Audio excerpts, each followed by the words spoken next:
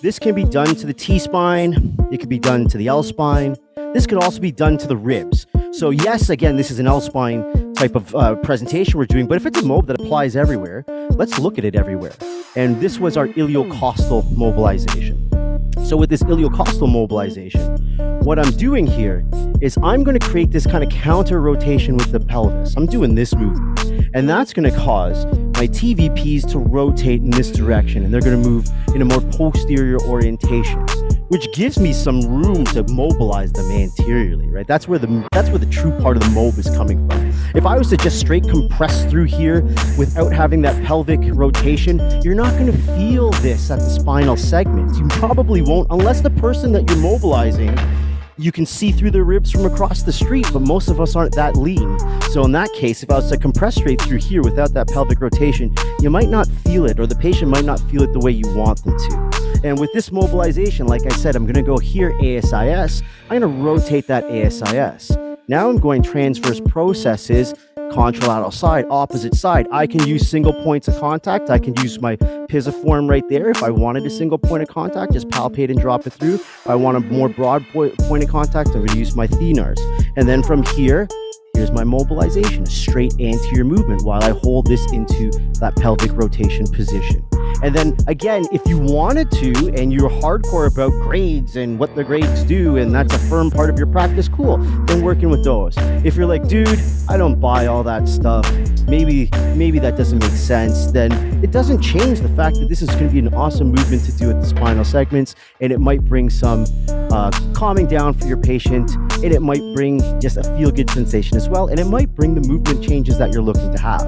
Now, when you get into the L-spine, like we said yesterday, well, it gets a little tight in here because obviously we have a smaller area. We've only got 5 segments, at least most of us, unless we have some anatomical anomaly, which some people do.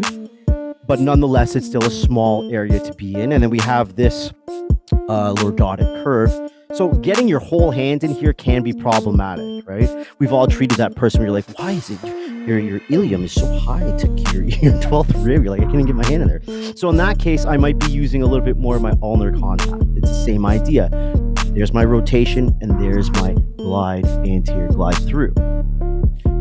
Like I said, yes, I recognize we're talking L-spine, but this is a mobilization that can be used all over the body. And therefore, it can also be used for the ribs. And this is a great mobilization for the ribs. We're creating the same pelvic rotation right here, which is going to cause the ribs to rotate on this side more posteriorly, which is going to give me that space to push that guy through. So in this case here, instead of lining up on the TVPs, I'm going to be on the posterior aspect of the ribs close to the angle. I can set this up a single rib with an ulnar surface contact. And again, whatever contact surfaces you want to use, whatever's comfortable for your patient, and whatever you can use to get the job done. To me, that's the most important thing. Then are you using the ulnar border of your hand? And then from here, I'm going to be on the lateral aspect. I'm going to do the posterior aspect of the rib close to the angle. Here's my movement, and then I'm going to send the rib straight anterior. And I can do this for several ribs at one time if I wanted to, general rib mobility. When you're doing this mobilization, that patient probably will not talk to you about the sensation of the compression over the posterior lateral side of the ribs. They will more so talk to you about the sensation of the mobilization at the costovertebral joints.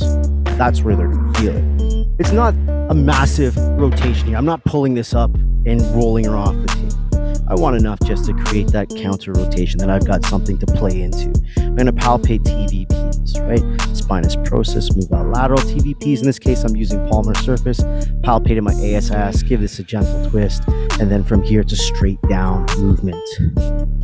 Straight down movement. In this case, I'm oscillating through. Can you sustain the mobilization? Absolutely, right? Go with what feels better for your patient or your client. Go with what's working for you in the moment.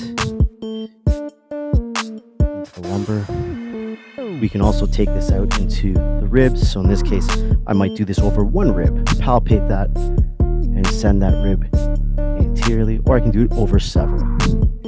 And if I were to ask Amanda, where does she feel this? She would most likely tell me she feels that right along. Cool. All right.